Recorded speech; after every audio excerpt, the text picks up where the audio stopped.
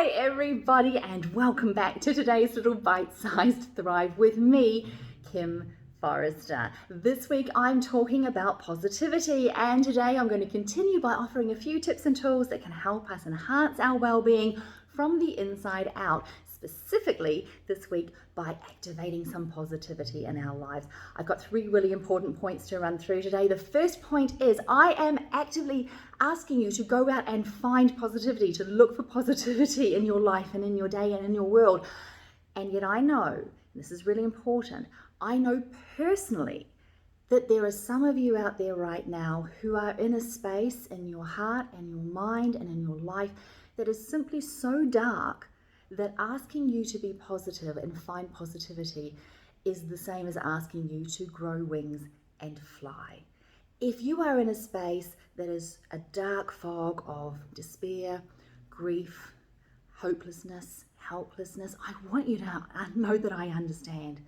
I truly understand. It's okay to be that way. It's natural to be that way sometimes. And you do not have to be going out and finding positivity if it is simply beyond your capacity to do so. The most positive thing you can do for yourself, if you are suffering in that way right now, is go and find yourself a trusted professional and have a checkup of your mental health. The second point I want to make is kind of along those lines, because it occurred to me today as I was thinking about this video that we in the Western world in particular conflate the idea of positivity with pleasantness. Okay, we think that positive is pleasant, and I want you to reflect on that really quickly just now. When you think about being a positive person or having a positive experience or, saying positive words, I bet you what you're thinking about is thinking and saying and experiencing pleasant things. And I think that this way of thinking can actually undermine our well-being in a lot of ways. Oh, just quickly, Eastern philosophies, I think they're a lot wiser, a lot more realistic. They actually talk about the blending, right? And the natural transformational nature of life, where you flow from the positive to the negative, or if there's such a thing, the dark and the light. So it's really the Western cultures, any culture that's based on European culture. And I think that's because the ancient Greeks had a philosophy called hedonism. And they believed that a good life, a life well lived, was a hedonistic life, one that absolutely eliminated pain to the nth degree and accentuated positivity. Accentuated pleasure, eliminated pain.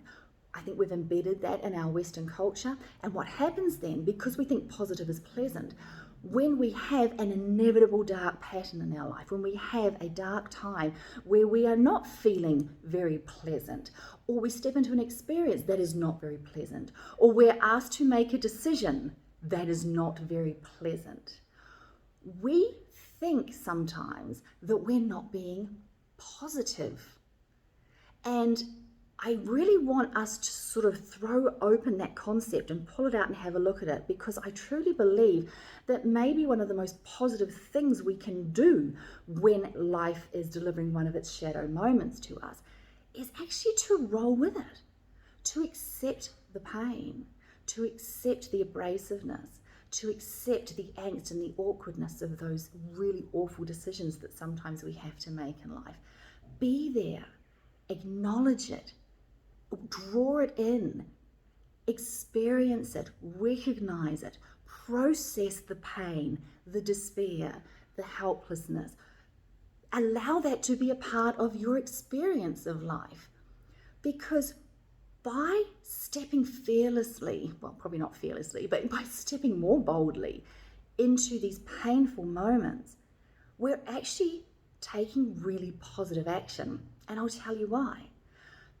When we resist pain, when we resist challenge, when we try to gloss over and say, no, that's fine, I don't need to deal with that, what we're actually sort of saying is that I'm not sure I can handle it. When we allow pain and challenge to be a part of our life, and it's an inevitable part of life, we are saying, I positively know that I'm stronger than that moment. I positively know that I'm stronger than that pain or that angst. I positively know that I will endure and I will come out the other side. I positively know in almost every case that I will actually learn and grow and rise above this and come out the other side, a greater version of who I am. So over the coming days, that's one of the things I'm going to ask you to do, is reflect on any painful and challenging situations that you're in right now, or reflect on some challenging and painful situations from your past, and see how much you have actually allowed that pain to be, allowed that challenge, and reframe it so that you understand that the most positive thing you can do right now, the most positive action you can take, is step boldly into that pain, into that emotional drama. Process it, work through it, knowing that you are greater, you are bigger, you are stronger, you are more resilient than any of those situations. Thirdly, a little practice for us all in the coming days, and it's sort of in the same vein as the previous 2 points that I've made. The Greater Good Science Centre has shared a little practice. It's called 3 Good Things. And in a very recent podcast episode, an interview with Alana Fink, who's a resilience expert, she was talking about our forms of energy. Really fascinating conversation. But she said too that 3 Good Things is a practice that she and her family use every evening. It's a great way to tap into positivity regardless of what's actually happened in your day. Greater Good Science Centre shared this practice and the research behind it.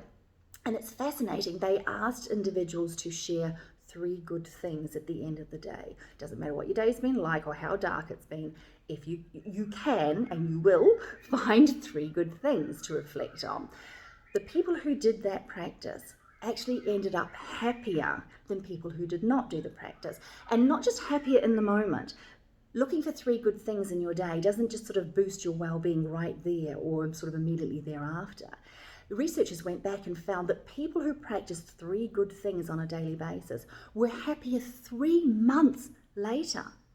So finding 3 positive things in your day in amongst the darkness, okay, finding 3 roses in amongst the thorns and the thistles can actually boost your happiness and your well-being in really long-term, enduring ways. So 3 little things for you today. Okay, firstly, if you're in the darkness and positivity is just simply out of your capabilities right now, please go and seek some help. Know that we love you, you're precious, and I totally understand. Secondly, if and when you are in those dark, challenging moments, know the most positive action you can probably take right then is to allow it to be. Process the emotions, shed the tears, have the tantrums, right? Work your way through those dark moments of life. That's a really positive action to take because you are saying, I'm stronger, I can deal with this, and I will do it my way. And thirdly, let's all engage in a little practice called 3 Good Things at the end of the day, regardless of what's going on or how dark the shadows are on that particular day. Look for 3 good things at the end of the day, and it will boost your sense of well-being, not just in the moment, but over time. There it is, today's little bite-sized thrive. I have so much to say about positivity, so these videos are quite long, but know that I just adore knowing that you're here with me on this little well-being journey. Take good care of you, and I'll see you later in the week with a few more tips about positivity. Bye.